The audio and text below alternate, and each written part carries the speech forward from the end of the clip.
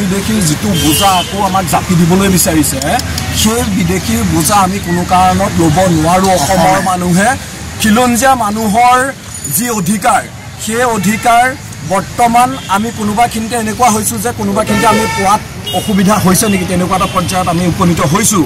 আমাৰ ভয় হৈছে আজিৰ পৰা 20 বছৰ 25 বছৰ পিছত গৈ পেলাই খিলঞ্জীয়াৰ হয়তো কোনোবাখিনিতে বেলেগৰ অবৈধ বিদেশীৰ হাতত হওক বা বৰ্তমান লিগেল বিদেশীৰ হাতত হওক আঁঠু কাঢ়ি পেলাই জীয়াই থাকিব লাগিব নেকি বৰ্তমানৰ আমাৰ খিলঞ্জীয়া মানুহখিনি তেনেকুৱা এটা শংকা হৈছে। সেই শংকাৰ কাৰণে আমি বীৰলাচিত থানা আজি ওলাই আহিছোঁ।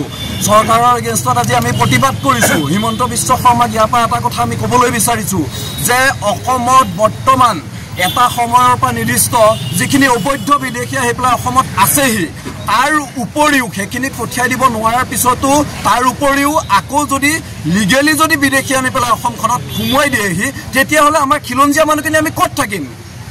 কাইলৈ আমাৰ অধিকাৰ আমি ক'ত বিচাৰি যাম? গতিকে তাৰ কাৰণে আজি প্ৰতিখন অসমৰ প্ৰতিখন জিলাত বীৰলাচিত থানাই আমি প্ৰতিবাদ সাব্যস্ত কৰিছোঁ আৰু এই প্ৰতিবাদৰ মাজেদি এটা কথা জনাই দিবলৈ বিচাৰিছোঁ চৰকাৰখনক যে কোনো কাৰণত যাতে অবৈধ বিদেশী হওক বা আমাৰ লিগেল বিদেশী যিটো কৰিবলৈ গৈছে লিগেলি আনি পেলাই আমাক বিদেশী আনি পেলাই ইয়াত যিটো দিবলৈ গৈছে সেইখিনি যাতে বন্ধ কৰে তাৰ কাৰণে আজি আমি প্ৰতিবাদ কৰিছোঁ।